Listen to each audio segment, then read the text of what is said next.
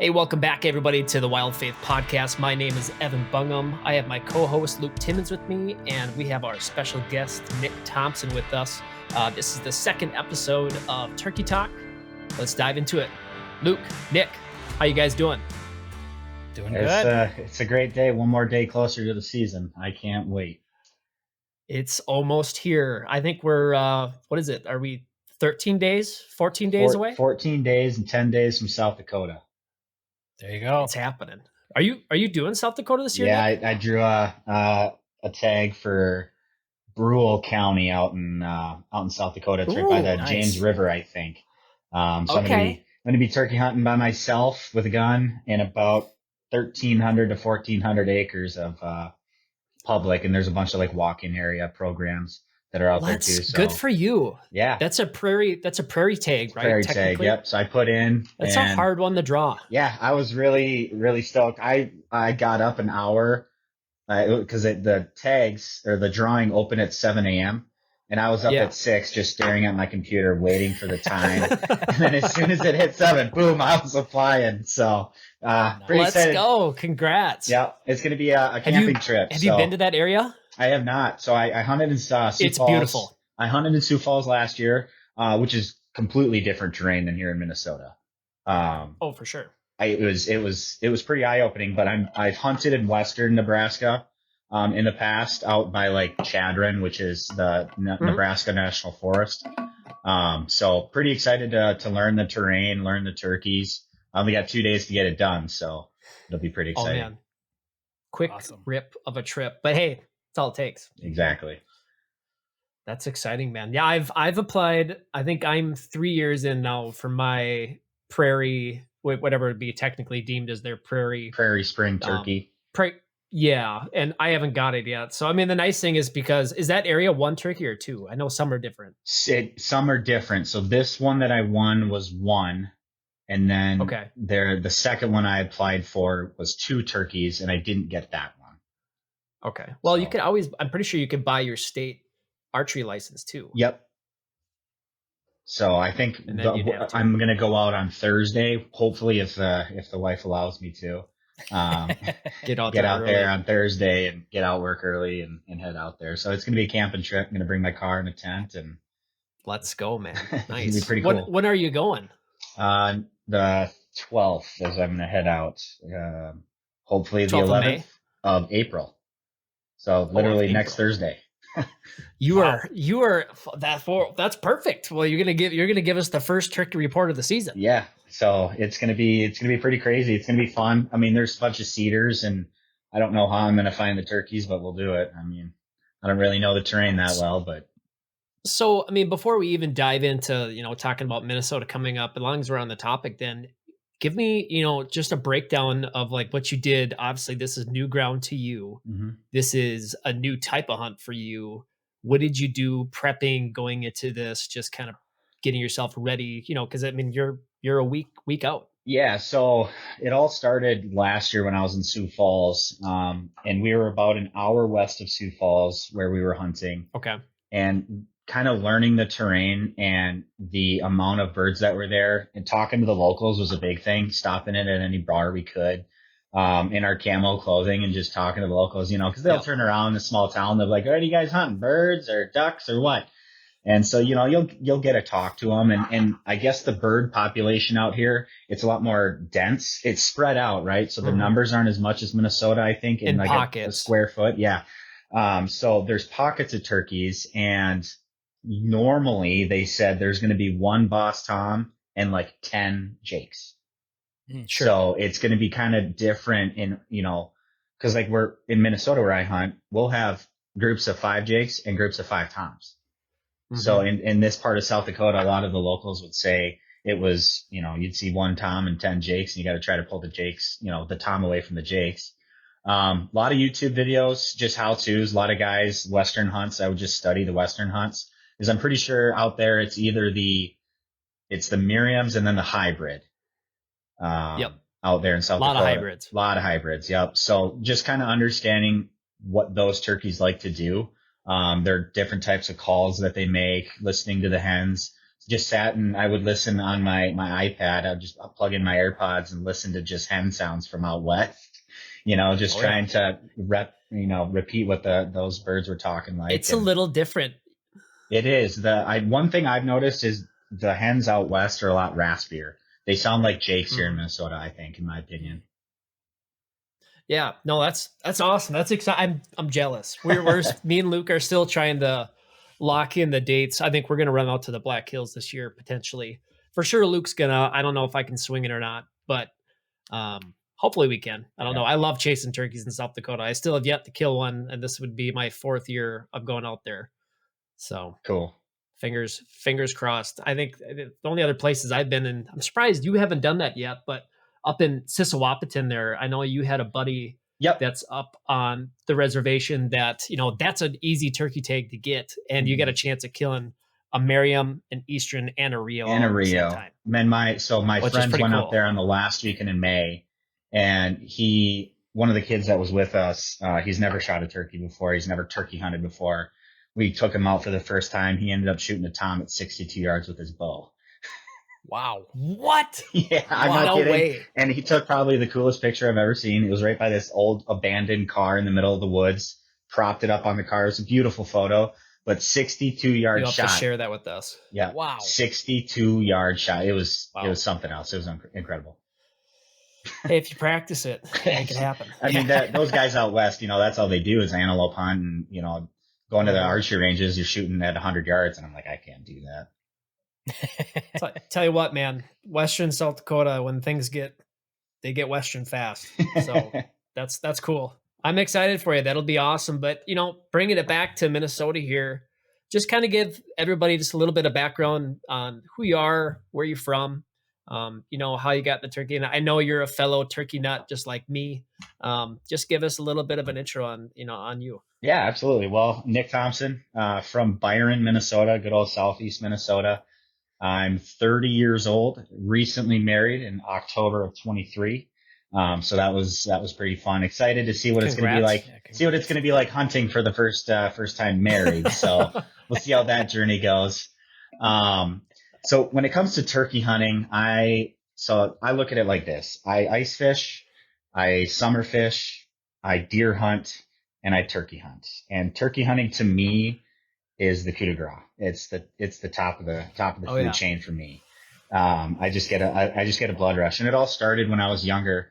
Um, Growing up, my grandpa, my dad's dad, was a police officer for the city in Rochester, and he would always turkey hunt before he would go to work. And one of the mornings, I think I was in like fourth or fifth grade, on my way to work, my grandpa met me in the parking lot at the school with a bird he had just killed in his truck Nice. and was just sitting there, and I was like, oh my gosh, this is so cool. I've never seen a turkey before. And then fast forward a couple of years into my sophomore season or sophomore year, I went Mhm. and on my first turkey hunt, didn't know anything about the birds. My grandpa didn't prep me. I came with like jeans and like an orange sweatshirt, and he's like, "What are you doing?" So then we grabbed a bunch of burlap from the shed, wrapped me in the burlap, had to take my orange shirt off, put on one of his extra large giant t-shirts, went out. We sat in an enclosed blind, and Grandpa called in a squad of jakes. It was like 8 jakes, and every probably 5 seconds he would whisper to me, "Don't move," because I was slowly like turning, and he could tell. And then I was shaking so bad because I've never experienced this before. I'm like, Yeah. this is not deer hunting. And they're talking, they're gobbling, the hens are yelping. And I'm just like, this is so cool. Like, it's so interactive. And that's what I like a little bit more than deer hunting is it's a lot more Mhm. interactive. And the birds are vocal, and then ended up, tagging my first bird as a sophomore in high school, shot a Jake. And from that Awesome. moment on, I was hooked. And I mean, when I'm hooked, I'm watching videos every single day. In the middle of the winter, I'm out in the woods, sitting in tree stands, looking for flocks of turkeys just to listen to them. Mhm. I'm a big turkey nut. So, we got pretty lucky on my parents' place in Byron. The last 2 years, we've shot 9 birds. Um, Wow. Oh, that's awesome. in 2 years between 9 people. So it's been pretty incredible to be Yeah, you able to guys do have a that. pretty cool farm. Yeah, pretty lucky, pretty blessed. And faith is a big part in my life. And so just my favorite part about the turkey woods is the quiet in the morning, and then you get to hear the woods come alive, and you know that someone's out there watching you. And going off of that a little bit, like you kind of hit it right in the head, and for all those aspects of coming full circle to being a true turkey nut, because I feel like they're kind of a rare breed for people that just say that they love turkey hunting more than sitting in a tree stand November 5th. You might think differently when it's November 5th, but I shot 2 big it's bucks this year, man, and I would still rather shoot a we're tom. gonna have you on the we're gonna have you on the podcast again about that, because that's a crazy story in itself.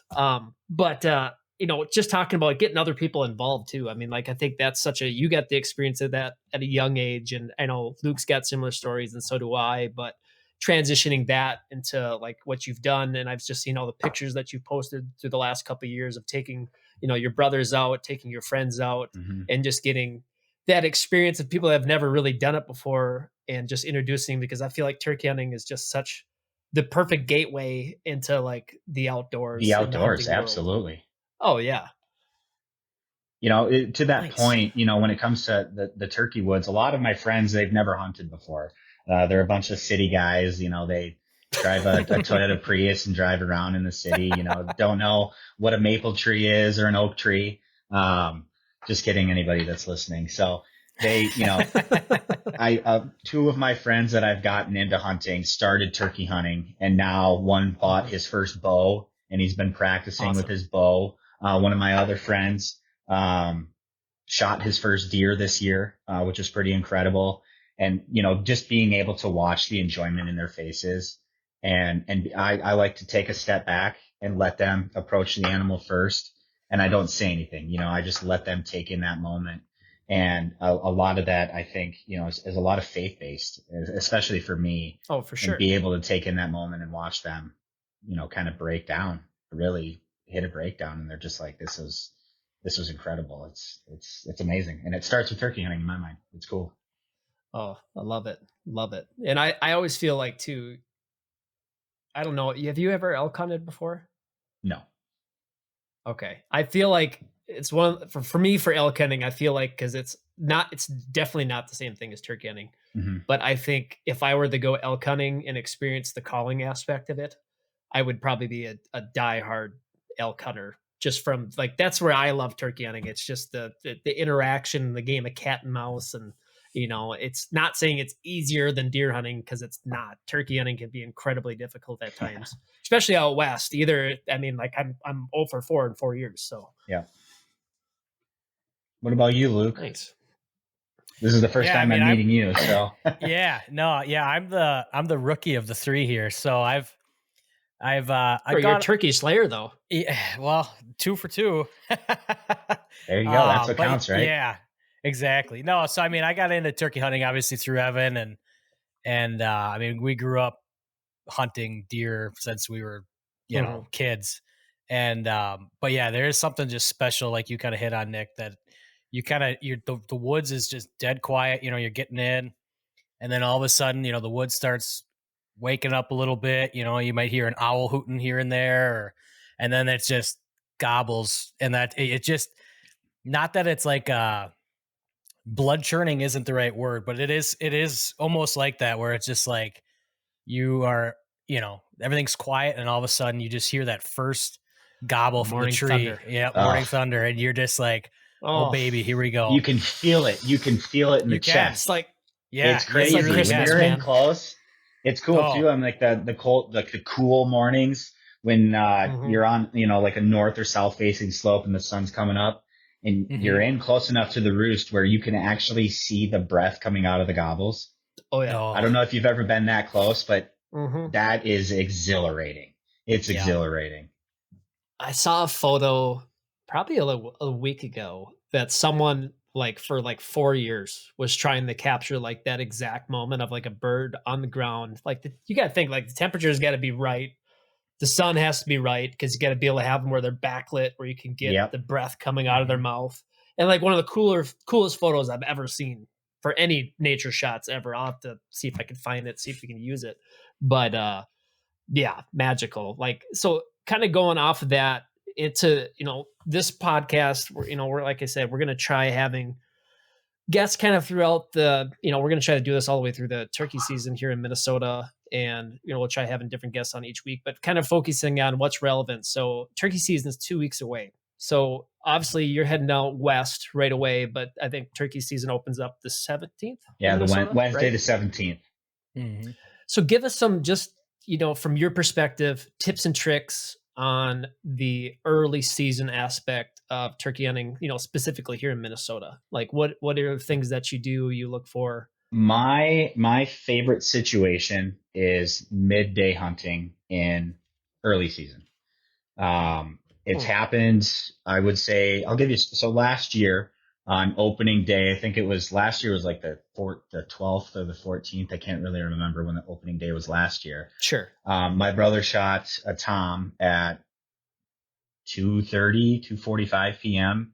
Alone with another tom in the middle of the day. Well, last year was kind of an anomaly because it was like 85 degrees and then it dropped to like 30. I remember that. But midday early season has been working well for me out at my farm. And morning hunts, I've noted that if you do your early season scouting, where the birds are going, where their roost is, just by early season scouting, looking for scat and stuff. Know where where their roost or their strutting lanes are. Find out their strutting lanes. Find out where those open areas, those open pockets are, where the toms can see a long ways, the hens feel secure, and they have a lot of food. Do your scouting for that, looking for sign, and be able to set up in a position where you can cut the turkeys off. In the early season, whether they're, packed up, if there's there's 30 turkeys together, because obviously throughout the season, then they're going to break off. But if you know how to ambush and use pinch points in the terrain to your advantage, being able to study the scout maps, study, I use Onyx, for example, being able to study terrain, just like for ice fishing, how we study the terrain for ice fishing. A lot of that comes down to turkeys too, and understanding where they like to strut in the mornings versus in the evenings. What do they like to feed on in the mornings versus what they like to feed on in the evenings? If you do get a chance to, kill a turkey, any time of the season, what I like to do is I like to take notes of what's in their stomach. So if I kill a tom, I've never done that. If I kill a tom in the first week of May and I know that that tom has grass and corn, I know he's not hitting the woods as hard. He's pitching right down into the field.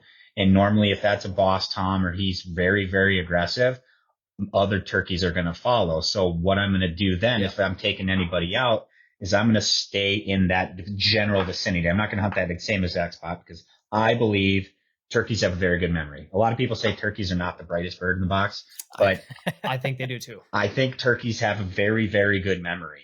And if you can study their feeding patterns and what they like to eat based off of prior year knowledge, same thing for deer hunting.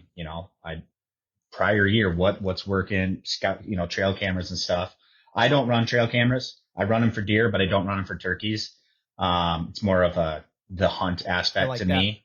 It's more of the hunt aspect to me is the early season scouting, the learning the terrain, learning where they like to be, because it changes year after year. Sometimes they'll be in the same roost tree, but sometimes they don't like to go down on an edge of in the woods or a flat in the woods. They like to go out to the hay fields in the morning, cow pastures. So really, really diving in and learning what your area is. And there's a lot of great features on Onyx. So in the early season, the first thing I'm going to go to is where are the creeks? Where's the water? And then where is my concentration of hens? If I can hear hens, I'm going to be either on the north or south side of them, pitched in nice and tight. And that's kind of my go-to plan for early season. And it's worked well in the past.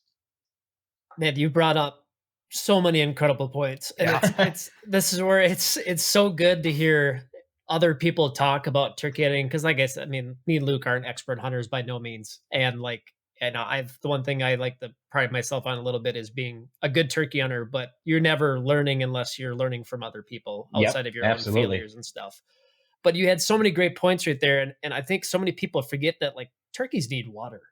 Like they're like Yeah. any other creature and animal where they will gravitate to whatever water source there is. But talking a little bit more about onyx, can you just kind of break down a little bit so people have an idea for like what's the layout of your guys' property? You know, are you guys in the flatland? Are you in So hills? we And are then like how are in, you using onyx yep. to navigate that? Yeah. So actually, I'm going to pull up Onyx right now so I can stay as accurate as possible. I have it on my tablet Oh, here. nice. Um, don't want to give any wrong answers. So No. where we hunt is, I think, in one of the hilliest areas in southeast Minnesota, besides the, getting down into whitewater areas where we're Oh, from. cool. You have a lot of flat areas around the Rochester area.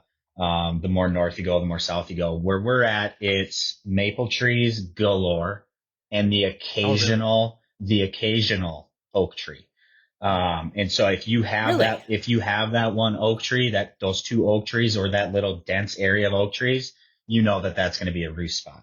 Absolutely going to be a Mhm. roost spot. So what we found on the properties we hunt, the turkeys only roost on north facing slopes and in lone oak trees. Oak So trees. Hmm. it's not a bunch of oak trees. If they can find that solo oak tree where I hunt. Now I'm not saying that that's everywhere, right? And so what you can do is on X, you go to hunt map layers, and I actually just learned this through like an ad on Instagram a couple years ago, and I see it every Funny. now and again. So you go to map layers, and then you can scroll down to where you see trees, crops, and cover, and there's a bunch of different categories that you can select. You can select acorn producing oaks. You can turn that on. You can turn on deciduous versus coniferous tree That see, he distribution, said those words perfectly. deciduous tree distribution, and then young aspen forest. And it's relatively pretty accurate in It's Onyx. it's pretty accurate. I mean, on some of my properties that we click, it's pretty accurate. So I like to study where those are. If they're on the east side or the west side of that hunting land, I'm probably not going to go to those areas based off of what Mhm. I've dealt with in the past. If it's a new area, I'm not going to go in blind, right? But I'm not going to go Yep. in the dark. I'm going to go in post light, probably post Yep. fly down, just for that Yep. first morning so I can hear where they're on the ground, because might hear them in the roost and then they can fly and walk 200 yards before they're gobbling, and then I don't know where they're at. So that first morning on a new property, I really like to wait until they hit the ground so then I can go in and chase Sure. them. And then as I'm walking in, I can look for those areas. But on Onyx, being able to go into those areas and stare at, look at the cover of trees and know your area, know what you're hunting. So we don't hunt a lot of oaks. It's a lot of maples, a lot of locust trees, big, tall Okay. locusts, which is super weird for that area. And a lot of it is, I got kind of lucky. It's state land, but it's non-huntable state land where I hunt. Oh, perfect. It's a county park, so it's owned by the Okay. county. So got pretty lucky that there's not a lot of hunting pressure Yeah. around, especially during deer season. But now, especially even more so during turkey season, we can Yeah. probably hear, and this is no joke, on a given morning, 15 to 20 toms every morning gobbling Yeah. in different directions. There's no better experience than that. And like we're blessed to have a family farm that's I mean, I don't it's hard to say because there's only been a couple people I know of that have got the experience hunting on the farm with me outside of my brother Luke and a couple other people, but like I think we're right up there, and I think the most I maybe have heard is an upper range of 30 times at once, and Yeah. it's if you have not experienced that, it's crazy. Shakes the Talk about just trees. complete madness where there's just gobbles in every direction. Yep. It's oh Mistakenly last year, quick story. I went out with my youngest brother's friend, who was about six okay, five, 300 pounds, just a huge kid. He's a D2 football giant player. human being. Yeah, he's a D2 football player. Walking through the woods with that kid was very difficult, but we did it. When we got to our Sounds like Jordan spot, Wolf. yeah, when we got to our spot, I didn't do my homework. I didn't study. I didn't go roost them the night before. And when we sat down at a tree, the sun started to come up. We could hear things falling from the trees. And I immediately thought, Oh boy. oh no, like, oh no, look up. And I mean, there's 30 turkeys in our vicinity. And of course they flew down on top of the ridge in front of us, never came in. But, being able to do your homework and sit there and hope to God that they come in, but hearing them when you're up against the tree and they're gobbling and you can feel the tree vibrate, it's something pretty special. So what's too close, do you think? On going on blind, like in blind like that in the mornings? Like what's saying same scenario to that where, you have a rough idea, but it's before first, because like that's where it's always hard. Like, do you wait that first 30 minutes to where you're getting like gray light where you can, okay, I know that bird's right there. How close are you trying to get? Different variables. So you can look at it gun hunting, you can look at it, compound bow, you can look at it recurve. And it just depends on, I think personally for me, if I can get within 150 to 200 yards, that's close enough for me. That's close enough, because if they fly down and let's say they fly down, they're still 200 yards away. If I have enough cover, I can make a move on those birds. Absolutely can make a move on those birds. If I need to, I can back out and go all the way around those birds if I can. Now that's, pending the size of your property. If you have, 2 acres to 5 acres to 10 acres, you might not be able to do that. So those situations depends on how many birds are on that specific parcel. I really do think that. Sure. So if you're going into a parcel and there's one tom, you can get it within 75 yards. I truly believe that. 75. If you're quiet, you get in early enough, you know exactly which tree he's roosted in, and you go in without a sound, you sit down. In those situations, don't like to use decoys when you're that close. Don't like to use decoys, just calling. If you're within 200 yards, being able to set up decoys. If you're in the woods, I like using just one decoy, whether that's a half strut jake or it's a feeding hen. Out in the fields, being able to use your decoy setups. I don't use strutting toms at all. I may have used it once or twice. But where I hunt, I do not use a strutting, decoy. I think it's unique to each farm. I mean, Yeah. I've had the pleasure of hunting a lot of different types of terrain throughout the Midwest, different states, and also just, we're lucky here in Minnesota. We have a lot of, from North Country where I live to southeastern Minnesota. I feel like each farm's different in what birds will respond to and whatnot. So that's interesting to hear. Depends on the hunting pressure too, and that ties back into the memory of birds, right? Because if you have a group of jakes that come in, and for me, I take a lot of kids that are going first time hunting, and they'll shoot a jake. I truly believe that those jakes that were with that jake that got shot will remember that specific area. I've seen it before. I've seen birds get hung up at 60 yards. They come in, their heads up, they're searching. They might be, fully white, fully red. They might be looking, but they ain't coming in. They know. And I truly believe that they know that, hey, Tom, he got shot last year and he was one of my buddies. I love Jake's. Those young toms, and it's funny because like that first morning, like we posted that turkey hunt of Zach and I. What was that last week? We posted that one, and that was just a combination of like we were both at the last day of our season for us of what we could hunt it. So it was like, all right, well, we're not going to eat take soup. Let's shoot some Jakes. But listen to the Jakes gobble off the roost are funny because they just sound different. It's like and a 13-year-old boy. Mentalities. Yeah. And then when they come in, they're just like these naive teenagers and they're just having fun. Like that one video, they were, the one had its head in the other one. And it was, they're entertaining to say the least. Very entertaining. Luke, what's your tell me. I was just going to ask really quick, like Luke, so you've shot 2 birds. Was it Jake's? Was it Tom's? What was kind of your both story toms, with that? Yeah. Both Tom's. Yeah, okay. both So toms, you got lucky there. Yeah, I got lucky there. The first one was cheating because it was I pulled. I wasn't cheating. Well, it wasn't let's cheating. Clear that out of the way right now. It was not cheating.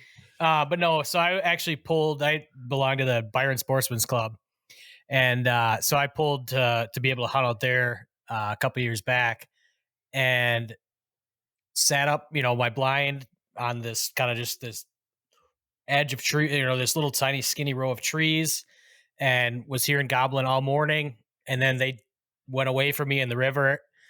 And then all of a sudden I was actually like self-filming and like doing like a little talking spiel.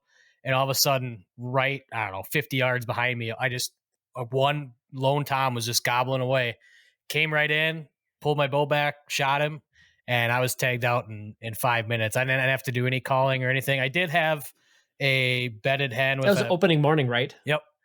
I had Yeah. a bedded hen with a half struck Jake kind of tailing behind her, and didn't hit a call Ha- once, and he came in and on Those a half rope. strut So jakes. And you Those did the half strut first one with a jakes. bow too. yeah, That's yeah, sweet. That's first, intense. Yeah. That's tough. yeah. So well, and then the second one was with Evan last year, and we got in like we talked about before, a little late, and got to. I mean, we were like We were there. danger close. We were, Yeah, we were yeah. danger close to where they were roosted, but we set up the blind super quiet, got the decoys out. They flew down. I mean, they were so close to the blind, you could hear the toms just drumming away. They came in on our left. Well, then down the hill on the right, I don't know, 3, 4 Jakes came in. And in the one Jake, I mean, if he wanted to stick his head in our blind, he could. And I'm pulled back waiting because Evan was shooting trad. And I was just waiting for him to say, okay, shoot. And then, so I'm just waiting, waiting. And finally he's like, just shoot because those Jakes are going to bust us. And just as soon as he said it, they all just kind of squirreled away. I picked one Tom that was kind of running away and just shot him right up the poop chute. And Dusted them. yeah, went 15 yards and that was it. So That's that's sweet. that's my excited. two and only My hands are stories. sweating. I know, right? I know. Getting antsy, start shifting in your chair. But no, I'm excited. This year, like Evan said, we're gonna bomb out to South Dakota Black Hills. And I'm gonna go out with my brother and hopefully Evan. And then Hopefully. yeah. And then we'll do that kind of end of April, mid-May potentially. And then 2 weeks away from Minnesota. So I think I'll probably See, I'll probably go sit with my brother, and he's got this piece that butts up to some state land that he knows the farmer, and so he's got tons and tons of turkeys. Just I Lots mean, of like turkeys. stupid amount, just strutting right in front of his Tacticam. So it's go time. It is. And you know what? I pray I can make it to South Dakota. We'll see. Yeah. But I think I'm crazy enough where if I have to drive 10 and a half hours to be there for 2 days, I would. So. That's what I'm doing. There you go. Yeah. There you Well, go. hey, if you don't make the drive, you're not going to make it happen. Yep. Exactly. We're getting there, and it's exciting. And just a couple more things I want to kind of get cleaned up or cleared up, and just some more understanding from you, Nick, is so with that early season, you brought up so many great, just tactics that you have, but you talked a little bit about all that. You were talking more in the sense of putting yourself in the right position and stuff. Let's just pretend that we're there now. Okay. And so what are some of your calling techniques that you're using? And then just dive a little bit more into detail, like, specifically what you're doing with your decoy setups, because it's different. Like you said, it's different for every property. Yep. Every property lays out different. So just maybe just give us some Let's of look at those ideas. general guidelines. So let's say we're out in the woods and it's it's opening morning. Okay. And I know that there are 3 toms and then there's probably a pack of hens in there. Calling in the morning prior to fly down, no go. I don't believe in calling prior to fly down in the early season. Maybe 1 or 2 light yelps to let them know that you're there. But I absolutely will do a fly down with maybe 1 to 2 cackles. I don't like using hats. Don't like using hats. It sounds different, doesn't it? It absolutely sounds different. If you can get your hands on feathers, you can get your hands on anything that is likely a feather, and glue it to a stick, and then use that.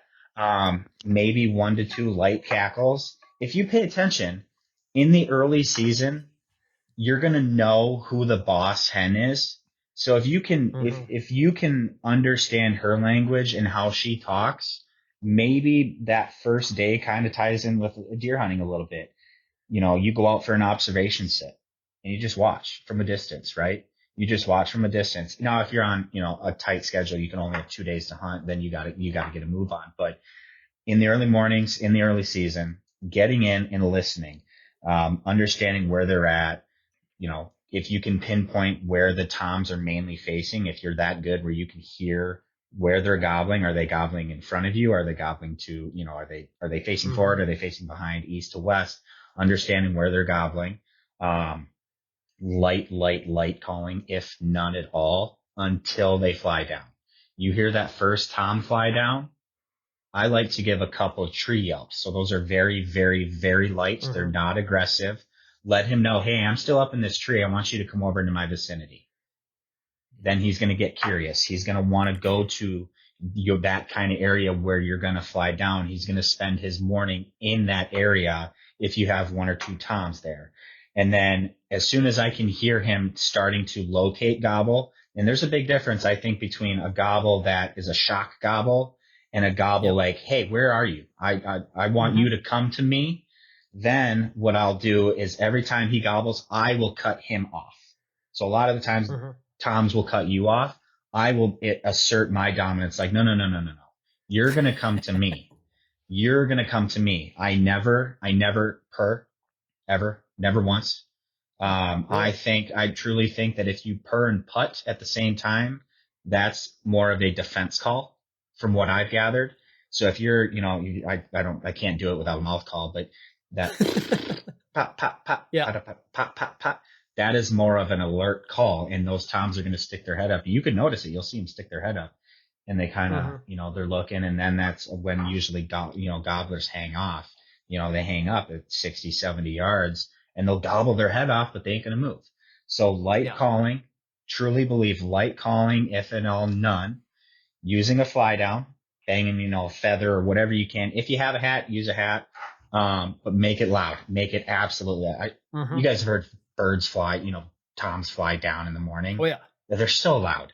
They're so clumsy. Oh, yeah. Break some Turkeys sticks. are very loud Yeah, break creatures. some sticks. You know, just bat them and let them know that you're there. And then in the morning, some of my most important things that I've learned is watching the hunting public guys hunt. They don't use Turkey decoys. killers, man. They don't use decoys. They don't use blinds, and they sit at bases of trees. They go find birds. One of the things that they do really, really, really well is scratching of the ground Mm. without calling. They're Mhm. not, you know, they have initiated their calls, but then there's that couple light yelps here and there, and then they're just scratching. I had a Mhm. quick story last year. I was hunting with a kid. His gun ended up not working, but we had a group Oh, of shoot. toms. We had a group of toms at about 150 yards in front of us. They flew down on top of a ridge. We were on the bottom of the ridge. We ran up the ridge to chase them. They were out in the hayfield. I ended up calling one of the toms off by yelping 3, 4 times, and then I was scratching the ground, and I was scratching it Yep. loud, and I was kicking all of those leaves and sticks into a tree so it was even louder. And he came in on a beeline, and he came straight to us 8 yards. We were on our bellies. It was super cool. Oh my gosh. Went to pull the gun, you know, went to pull the trigger, click. And I like look, Ugh. click. So then I reach over because he didn't know what to do. I reach over and I re-racked the gun, Racket. and then he went click.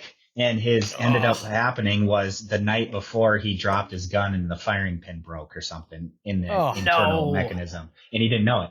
So Shoot. it was tough, but I in the early season, the scratching, the light calling, and then when you do get that tom to commit, making sure he knows that you're the boss.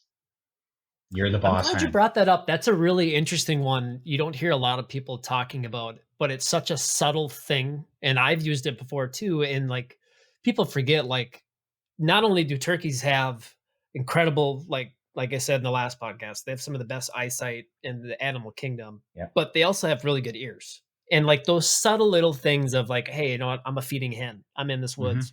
You don't have to make a ton of commotion or you don't have to be yelping up a storm. It's just like those little extra things you can do that, might seal the deal. I think a lot of the times, newer turkey hunters and people that, you know, to go out and turkey hunt for fun, you'll get your luck, right? You'll have your luck. Mhm. But where you can separate yourself from being a turkey hunter and a great turkey hunter is understanding the calling. And I'm definitely at fault. When I first started turkey hunting for years, I was over calling. I mean, I would run through a slate call in a season and wonder why, like, why is my slate call? And cause I'm just That's funny. running through Yeah. sandpaper. And then the slate is just done. It's done for. And I'm like, it's just metal now, right? And over calling, over yelping. I mean, I was yelping 20 to 25 times with a pot call. And, so Mhm. just, I think for anybody listening out there, if you can go onto YouTube, just type in hens yelping and watch 10 different videos once, you'll remember when you're out in the woods. You'll Oh, absolutely yeah. will remember. And I think a lot of that, the success that I've had and I've brought to other people is just based off of not overcalling. The birds are birds, right? If you're out in the woods and you Mhm. hear a hen calling super aggressive, don't call super aggressive to her because you're just going to bring the hen in. You're going to bring her in and no time. So if you hear her aggressively calling, work your way towards her and shut up and sit, and a tom might come towards her. But if you start aggressively calling and she starts aggressively calling, that tom ain't going nowhere. He's just going to gobble once and expect them to come to her. So just Yeah. little tactics like that, I think really, really make a difference. Do you ever have to, so early season on your farm in particular, do you deal with grouped up birds? Do you ever have that happen from season to season? Yes, yes and no. So in my specific area where I hunt, I got lucky in door knocking. I'm in sales, so Nice. I know how to talk to people and Oh, build, yeah. build value and Build build a relationships. relationship, and offering help and stuff and gaining good properties like that. But where we're at, we will have grouped up birds in the morning, but around that 9 to 2 p.m. time Mhm. frame is when I notice and we notice birds break up from 9 to 2, 9 a.m. to 2, and then they're going back into their groups. But I've killed a lot of birds in that 11 to 2 time frame It's where a sweet time. most people are leaving the woods. Mhm. I'm going in. I'll hunt in the Mm. morning, hear where they're at, know where they're going to go for the day, and cut them off. And I won't even sometimes call. I'll do what you did, Luke, and just set out a decoy and then just Mhm. wait.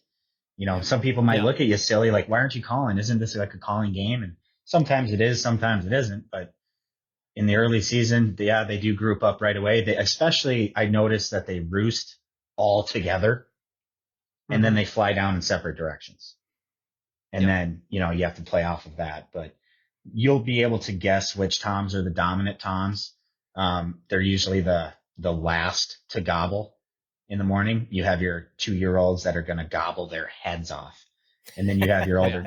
you have your older toms that are a little bit deeper, a lot louder, and they gobble once or maybe twice sporadically. I think people forget too that turkeys, they don't get to be old, but they can live to be, I want to say, anywhere in upwards of 6 to 8 6 to to 8. maybe that range right there. So I mean, like you can get some old birds. Yeah. I mean, I don't know how to age turkeys. I don't, but the heaviest bird I ever shot was Heavy 26.1 in pounds. spurs. Yeah. That's Nice. a giant bird. It was 26.1 pounds. And the breasts that I pulled off of this bird, It's a butterball. man, it was like when I would like bat his, have you ever seen that, it's a grouse that makes like a kind of Yep. noise. So what I imagined when I would like just poke this bird's breast and it would like jiggle. That's the type of bird that I would picture. It was Yeah. incredible. I mean, I've shot birds that are 17 pounds, 20 pounds, 24. This bird was 26 pounds. Jeez. He did not gobble once. Came in with another Tom who had a Mhm. bigger beard, but not a bigger body. And I went, that bird's mature just by seeing how built he was. It was that bird's mature. He knows that there's hunters out here. He's not going to call. He just made a mistake that day and decided to walk into a cornfield and walk to a lone hen, a feeding hen. I love the feeding hen decoys. They're fantastic. Um, fantastic. And he came in, made a bad mistake, but 26 pounds. It's a giant. Jeez, I'll it's have a to send. giant bird. I'll send that to you, Evan, and it's pretty incredible. That's yeah. That's one thing I need to get better at. I've always been a we'll keep the I've yet to get one mounted. I will get one mounted someday. If I shoot a pie ball or a multi beard, it has to be a very unique turkey for me to get a turkey mount done. But like I always do, like the fans, cut the legs off, keep the spurs and Yep. stuff. But that's a giant turkey. Yeah, it was huge. It was. I've never weighed them, so I got to start doing that. Yeah, weigh them, and then I do what the hunting public does: is you measure the length, Stretch them. See, and make a contest. I'll start a contest with you guys on who shoots a longer bird, and then you owe me a case of beer next time we go ice fishing. There you go. I'll cook up those steaks like I did this year. Perfect. Tell you what, Nick is a mean chef when it comes to making deer meat. We were up on Leech Lake ice fishing with a big group of guys, and Nick made the road trip up there and met his uncle up there, and we're all just having a good time. We got kicked out of our spot from the resort because apparently we were too close to their houses. But Nick, you held your ground firm, and you guys had your spots. You guys were tent. No, well, you guys were ice camping, which was kind of cool. Yep. And you made some of the best venison I've ever had in my life. It was incredible. And I'm not going to tell you the secret ever. So no, secret sauce. Well, that's all you got to do. Now you just start selling your own sauce for it. There you go. Yeah, I could do that. It's pretty cool. But yeah, it was fun. So you talked a little bit about that feeder hen. Tell me a little bit more about just your decoy setups. So I have every decoy in the book. I have decoys that were $10. I have decoys that are $150. And I learned this from my grandpa growing up. He used to print off at his work at the police station. He used to print off a black and white photo of a turkey head, and he would take a red marker, and he would color the head red, and then he would color the body black, and he would staple that to a 2x4 and put it in the field. I don't know if that's true, but he tells me really he used to do that. And those the funky chickens, the funky chickens, whatever they are. The Jake, the tall one. Yeah, that does not look like it should work. But no, buddy, it's a secret weapon. When turkey hunting gets hard, that is like my ace in the hole. I swear to God, it's unbelievable. But my grandpa says he swears he used to staple that picture to a 2x4, stick it in the wood or stick it in the field. You'd kill birds like that. So that's awesome. No way. I've hunted with every decoy in the books. My favorite decoys are half strut Jake. I love those new avian X's where the Jake's kind of looking backwards. It's lifelike. So lifelike. And having the capabilities of the blowing it up and then decompressing it, but the lifelike, instead of it being just like a plastic or a rubber or whatever that crappy type material is, those are fantastic. Feeder hens, sometimes I use a lay down hen, depending on the situation. If I'm later in the season, I'll do a half strut Jake with a breeding hen, like the lay down hen. Excuse me. Yep. Don't really ever use a full strut tom. I love using the feeder hens. And then there's one, I don't remember, it might be a Primos one, but it's what's called like a bugging hen. And her neck is like jagged almost. What I'll do is I will never, ever, ever, ever, ever have the Jake be. So if I'm facing you guys, right, I'm facing to the north. Yep. I will never have the Jake be in front of the hens. Always have the Jake behind the hens, closer to the blind, right? And then never face it from where you think the turkeys are going to go. Never face your turkeys. If you think the turkeys are going to come from the north, face him to the south. Keep his back turned, because toms don't like that. They like the face-to-face confrontation, but it really ticks them off when that all of a sudden that Jake's not turning around to face that tom. He's going to run it. He's going to come in. Can you go into more detail on that? Because I think that's a really good point. It's similar to a lot of people are getting more and more into decoying for bucks, like in the fall. And there's a specific way you have to set that up to make it work with the wind and etc. But I think there's always this, you guys probably all know the same feeling, but I'm sure the rest of the people out there listening go through the same thing, where lights coming up, you're setting your decoys out. Where in the hell do I put them? just kind of break down that spread between bow hunting and gun hunting, how you're facing, where you're placing them, because I always feel like it's a random hot mess of where you're, how can you be strategic about that? So I've done both the gun and bow. Personally, I love bow hunting. I do, but I love shooting a tom with a It's gun. fun, isn't it? Just boom. Anyways, that's getting too graphic. I when it comes to bow hunting, I like the five. If you're in a blind, 5 to 7 yards. 5 to 7 yards, Mhm. you should be able to pull in a tom. I've seen people just stick their blind out in the middle of a field, no Yep. cover, right? So depends on the hunting pressure. Depends on if there's been hunting Mhm. pressure in the past. Depends on if there's like vehicle traffic and all those birds are on high alert. You don't want things to stick out too much. But if you're in an area that's super secluded, I think you can get away with pretty much almost anything. If you're well hidden, right? If you're in a blind, don't wear camo, wear black. Blend in with the Yes. back of Yes, the that's a blind. great point. Mhm. Blend in. I think everybody should wear gloves and face masks. Some people don't, but I think you Mhm. should. Anything that can show will trigger a turkey. But decoy setups for me when it comes to bow hunting, 5 to 7 yards, I will never use a full strut decoy. It's just, to me, it's too big. It's too big, and sometimes those toms like to hang up because they might have gotten beaten up. Every tom, just like old people hate teenagers, toms hate jakes. Toms It's hate true. jakes. And if you get a half strut jake, and you don't even have to have a hen decoy. If you can't get one, or you don't have one, or you can't afford, you don't even need a hen decoy.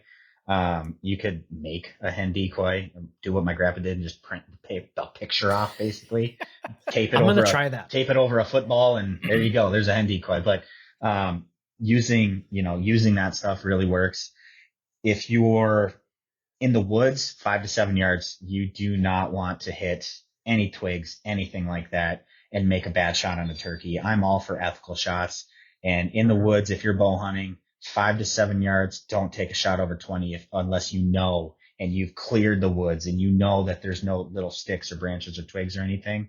Then I truly believe in that. But ethical shots are number one, in my book, especially when it comes to bow hunting, because I can't stand injuring or imagine Mhm. injuring a tom. I've done it before. I'm guilty of that, Yeah. right? And it's a terrible feeling, just like it is with deer. It's not fun. So bow hunting, 5 to 7 yards. Gun hunting, depending on what you're shooting as far as turkey load. I mean, there's Yep. some turkey loads that don't pattern well after 35 yards. There's some turkey loads that you can pattern up to 60 yards if you're at the 12 gauge. Mhm. I like hunting turkeys with the 20 gauge. Love it. Save Love, your shoulder, man. love a good old 20 gauge, TSS shot, 7 shot, 8 shot, and I'm accurate up to 40 yards. I won't shoot a turkey over 40.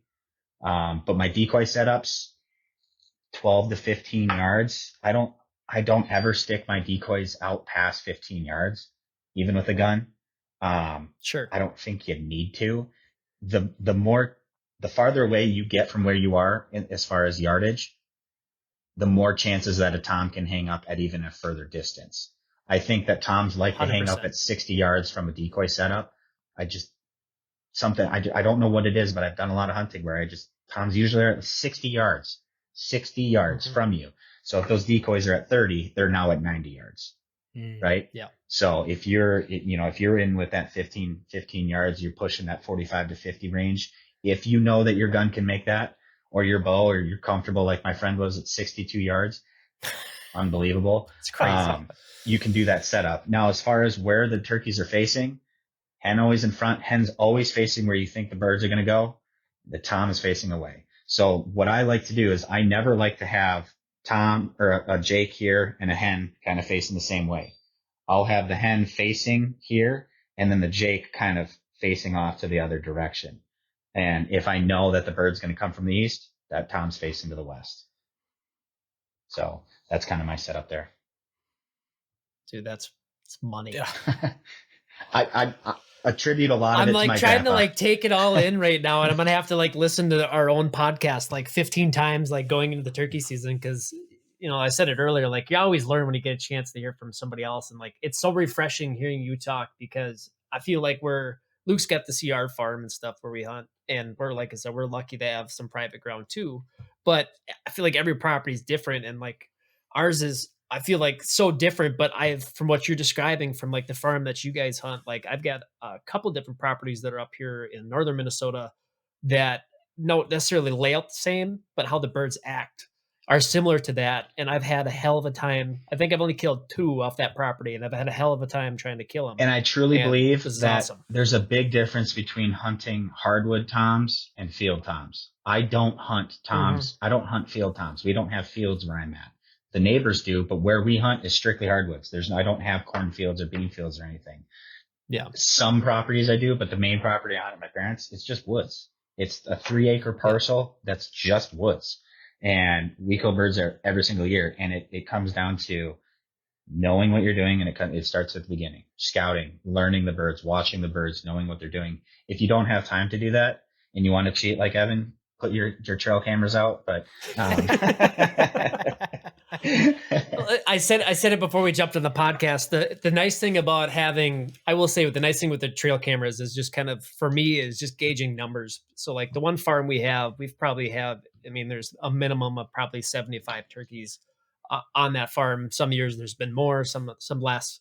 So it's always good to see that. But the funny thing I was saying before we jumped on of how chaotic my life has gotten the last couple of years of having a kid and just getting through the stages of life, and I have nothing ready. My garage is a hot mess. All my turkey stuff is still stowed away, but I put 5 cameras out, and I did a terrible job of putting them out because they're all, I wanted this year to put them at eye level with the turkeys. Just something yep, new perspective. And I shot them all too low. So it's literally just feet pics. feet pics. Jeez. Yeah. Hey, maybe you could start a website and sell them. Someone would buy them. Turkey feet. Yep. Turkey feet Someone would buy only them out turkey there. feet. Yeah, Yeah. only turkey feet. That's good. There you That's go. good. I'd probably subscribe.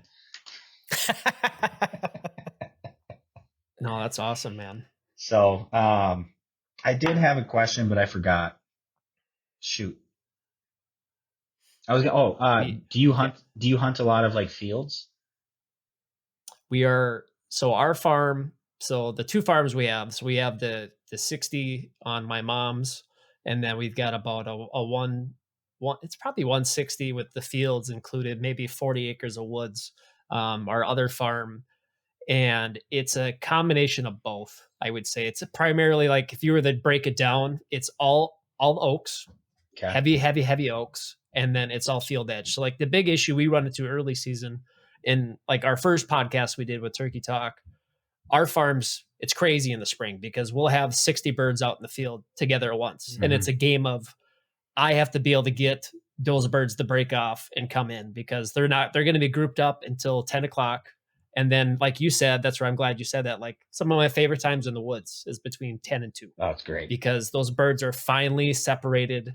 And I know I'm going to have a really good chance at finally like calling a bird in if I can't get it done right away. Mm-hmm. But we're blessed to have that farm. We've killed, I don't know. It's in the 30s at this point for That's turkeys out awesome. there, and it's spoiled. It's like it's just it's not, it's where I appreciate now going out to like hunting public and getting out to different states and stuff just because of the challenge. Not saying you can't kill them there because I've had years of hunting that farm where I just feel like I'm the worst turkey hunter in the world and I can't Yep. kill a turkey.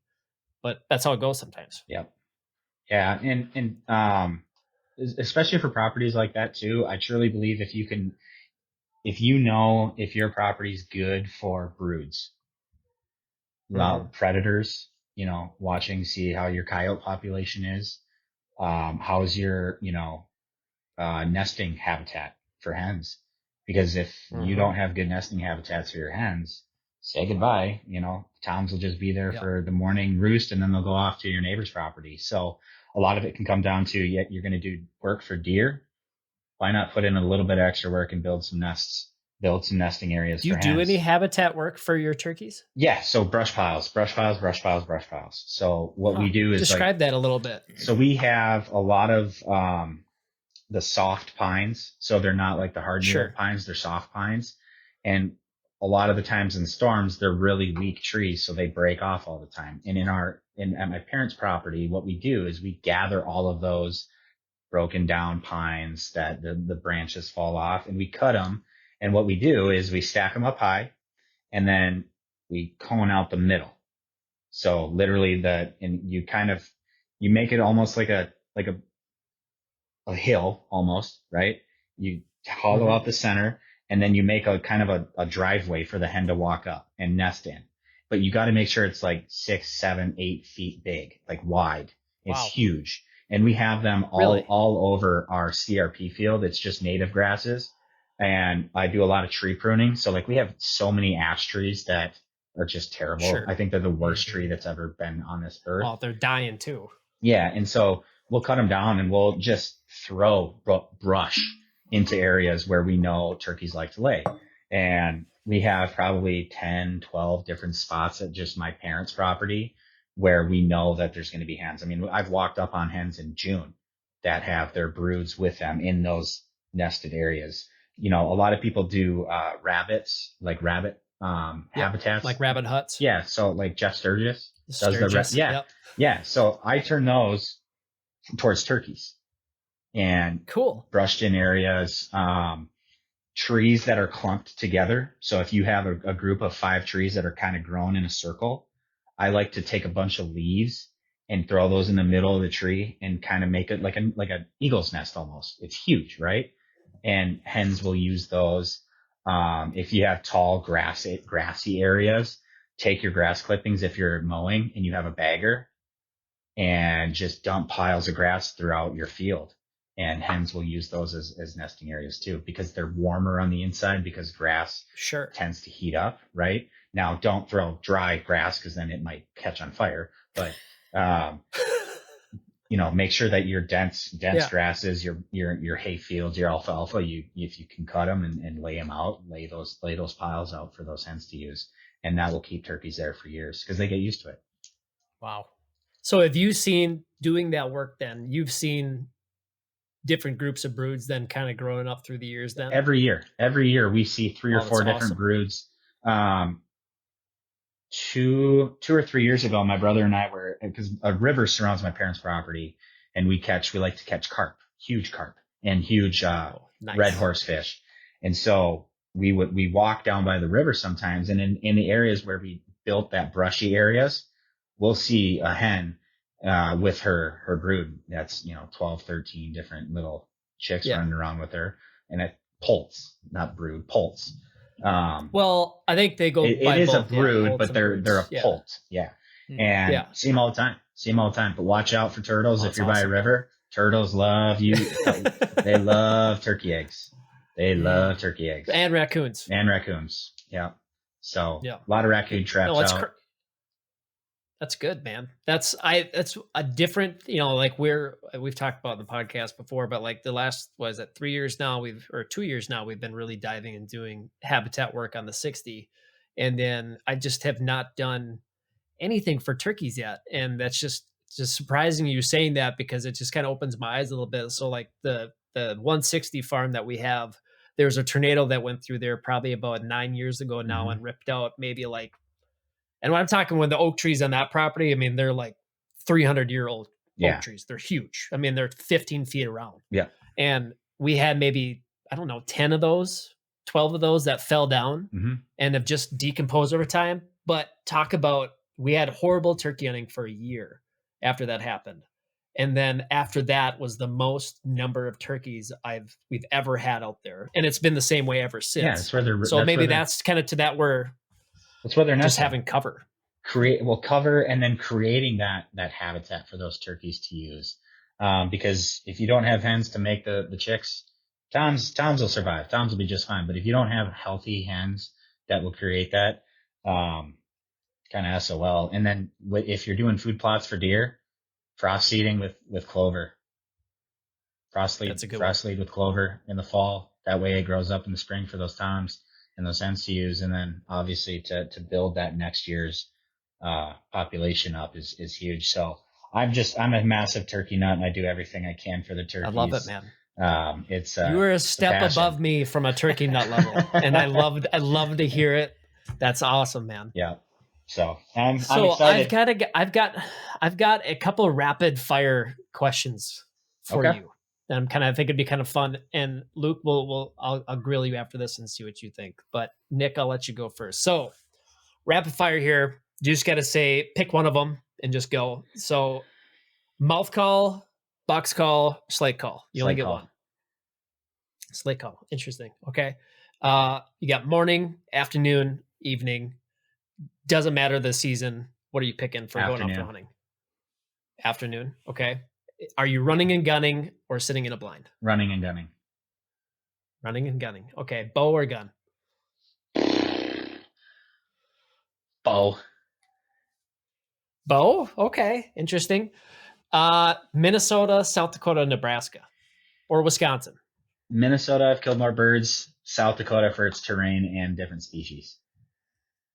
Okay, cool. So would you rather shoot an albino piebald or a multi-bearded tom? Smoky haze. Smoky haze. Okay, cool. I like that. Let's see. What's another good question here? Well, there's some. I don't know. Those are some good ones. Luke, how about you? If you had to run through the gamut again, let's go through. What's slate call, diaphragm, box call? Probably slate because I'm not that good with a mouth call yet. Okay. Are you going running, gunning, or blind? Blind. Same reason. Blind. Okay. Are you going full strut decoy? Are you going bedded hen with a Jake or a solo Jake or a solo hen? I'll stick to what's worked for me. Bedded hen and a Jake. Okay. Like it. Are you going? Hi Nora, how are you? Good to see you. How was dance? Good. I'll be upstairs in just a little bit. Okay. You say hi. Hi. Say hi to Luke. Hi Nora. Okay, I'll come upstairs in just a little bit. Okay. Just got done with dance. There you go. It's a good day. Yeah. That's all the rapid fire ones I had. Sweet. I thought that'd just be kind of fun. Yeah. So Yeah. Diaphragms are awesome, but slate calls are they just sound pure. If you can get a good one. I live and die by diaphragm calls. I'd be lost without one. Yeah. Well, sweet, man. Yeah. This was incredibly insightful. I have learned more in this 1 hour session than I probably have in the last 2 years of turkey hunting. So this has been good. Yeah, I love it, guys. I've been taking notes the entire time. So have you? Oh God, yeah. I'll just listen to our podcast like 12 times. There you go. Then I'll get it.